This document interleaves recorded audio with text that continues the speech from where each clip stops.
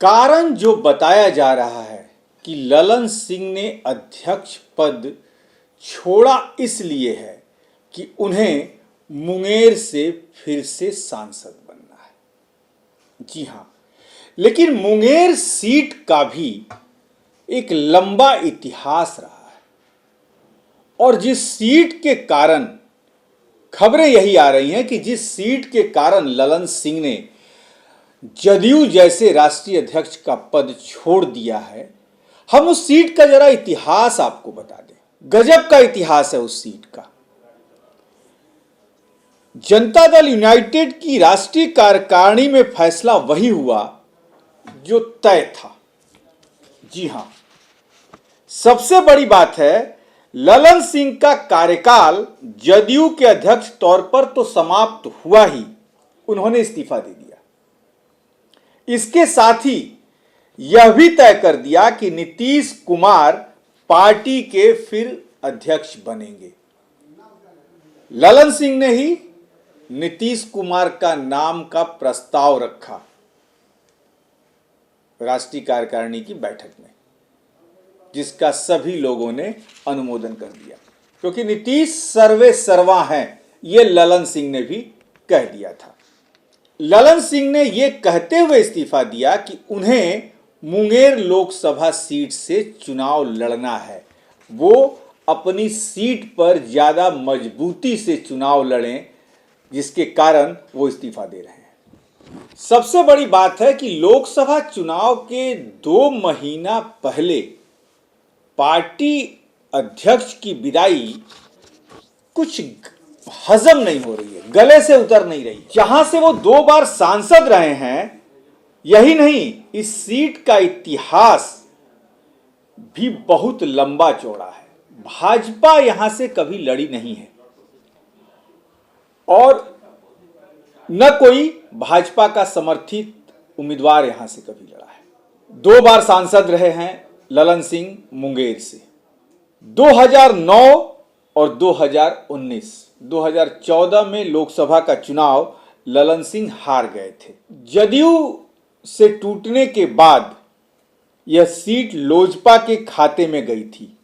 जदयू वापस गठबंधन में आया तो 2019 में फिर इस सीट पर जदयू ही लड़ी। ललन सिंह फिर सांसद बने।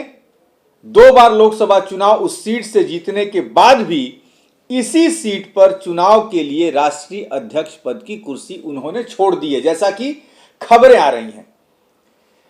2014 में 1 लाख वोट से हार गए थे ललन सिंह, फिर जा रहे हैं वहीं लड़ने। पिछली बार तो भैया भाजपा से टाई अप था, निकल गए। इतनी आसान नहीं है मुंगेर लोकसभा सीट, जो इतिहास कहता है। 2014 में करीब 1 लाख वोटों से ललन सिंह हार गए थे।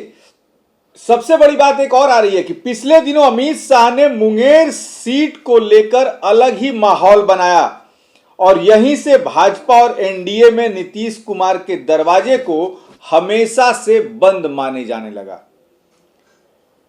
मुंगेर लोकसभा सीट के लिए भाजपा इस बार अपनी पूरी ताकत झोंक देगी। जदयू के राष्ट्रीय अध्यक्ष ललन सिंह, उन्होंने चुनाव में जीत हासिल तो की थी, लेकिन भाजपा के मदद से की थी। और सबसे बड़ी बात जो खुल के सामने आ रही कि बीणा देवी ने जदयू ललन सिंह को हराकर सांसद बनी थी।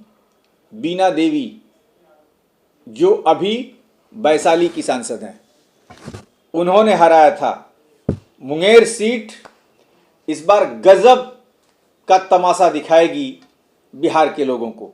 और यदि हम मौजूदा परिस्थितियों को देखें तो क्या ललन सिंह, जो अमित शाह को संसद में कहा था उन्होंने कि बैठो बैठो बैठो बच्चे हो, तो अमित शाह इस बार ललन सिंह को हराने में कोई कसर नहीं छोड़ेंगे। पूरी ताकत भाजपा मुंगेर पे झोंकेगी और ललन सिंह को शायद हार ना पड़े, ये तो वक्त बताएगा। लेकिन ललन सिंह अब शायद इतिहास के पन्नों में दर्ज होंगे, क्योंकि नीतीश से जिसने भी दुश्मनी ली वो इतिहास के पन्ने में ही दर्ज हो गए।